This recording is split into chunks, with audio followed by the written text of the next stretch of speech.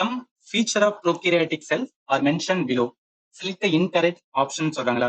இப்ப என்ன அதே நம்ம செல் கான்செப்ட்ல ப்ரோகிரியாட் செல்லுக்கும் யூகேரியாட் செல்லுக்கும் நம்ம லேர்ன் பண்ணிருக்கணும். என்ன லேர்ன் பண்ணிருக்கோம்?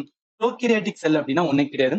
இந்த உலகம் உருவாகும் போது அப்ப கொஞ்ச காலத்துல என்ன அப்படின்னா சில செல்கள் சில உயிரினங்கள் உருவாயிருக்குமா, அந்த உயிரினங்களுக்கு இருக்கிற செல்லை தான் என்ன சொல்லணும், ப்ரோகிரியாட்டிக் செல். எக்ஸாம்பிளுக்கு பாருங்களேன், இந்த பாக்டீரியா உருவாருது, சைனோ பாக்டீரியா, இந்த மாதிரி உயிரினங்கள்லாம் உலகம் உருவாகும் போது அந்த ஸ்டார்டிங் ஸ்டேஜ்ல உருவாகிறது.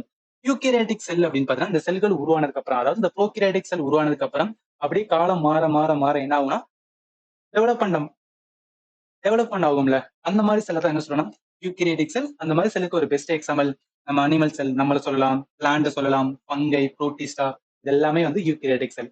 எதுக்காக சொல்லணும், இப்போ ஸ்டேட்மெண்ட் பாருங்களேன். முதல் ஸ்டேட்மெண்ட் என்ன சொல்லியிருக்காங்க, மெமரைன் போன் செல் ஆர்கனல் பிரசன்ட் ஆயிருக்குன்னு சொல்லியிருக்காங்க. இதுல ப்ரோகேரியாட்டிக் செல்ல. ஆனா ப்ரோகேரியாட்டிக் செல்ல எது இருக்காதுன்னா அந்த மெமரைன் போன் ஆர்கனல் இருக்காது. ஏன்னா அது உலகம் உருவாகும் போது உருவான செல்கள். அது அவ்வளவு கிளாரிட்டியா எல்லாமே ப்ராப்பரா இருக்காது. அதனால என்ன சொல்லுவாங்கன்னா அது லேக்கா இருக்கும்னு சொல்லுவாங்க. ஆனா இந்த இடத்துல பிரசன்ஸா இருக்கும்னு சொல்லியிருக்காங்க. அதனால இது தப்பு. கேட்கிற கேள்வியே இன்கரெக்ட் தான். அதனால இந்த கொஸ்டினுக்கு ஆன்சர் ஏதா வரும். அப்படி இருந்தாலும் அதர் ஆப்ஷன் பார்த்துக்கலாம். Nuclear region known as nuclear. Yes, prokaryotic செல்லுல நியூக்ளியர் ரீஜனை என்ன சொல்லுவாங்கன்னா நியூக்ளியாய்டு அப்படின்னு சொல்லுவாங்க. ஏன் நியூக்ளியான்னு சொல்றாங்கன்னா ஒரு ட்ரூவான நியூக்ளியஸ் ப்ரோகேரியாட்டிக் செல்ல நம்ம பார்க்க முடியாது. அதனால என்ன சொல்லுவாங்க, அதுக்கு பேரு நியூக்ளியர் ரீஜன் அப்படின்னு சொல்றது.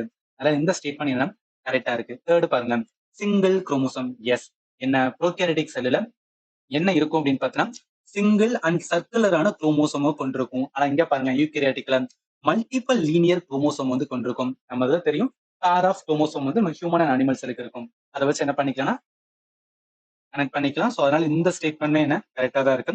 Fourth very small in size. Yes, உருவாகும் போது பாக்டீரியா இல்ல நம்ம கண்ணுக்கே தெரியாதுல, அப்ப அதுல இருக்கிற செல்கள் என்ன ரொம்ப சின்னதா இருக்கும். ரைட்டா? அதனால என்ன இந்த ஃபோர்த் ஸ்டேட்மெண்ட் கரெக்டா தான் இருக்கு. ஃபர்ஸ்ட் ஸ்டேட்மெண்ட் மட்டும் தான் இன்கரெக்ட். கொஸ்டின் ஆஸ்கிங் அபவுட் இன்கரெக்ட்னால ஆன்சர் என்ன வரும், ஏதா வரும்.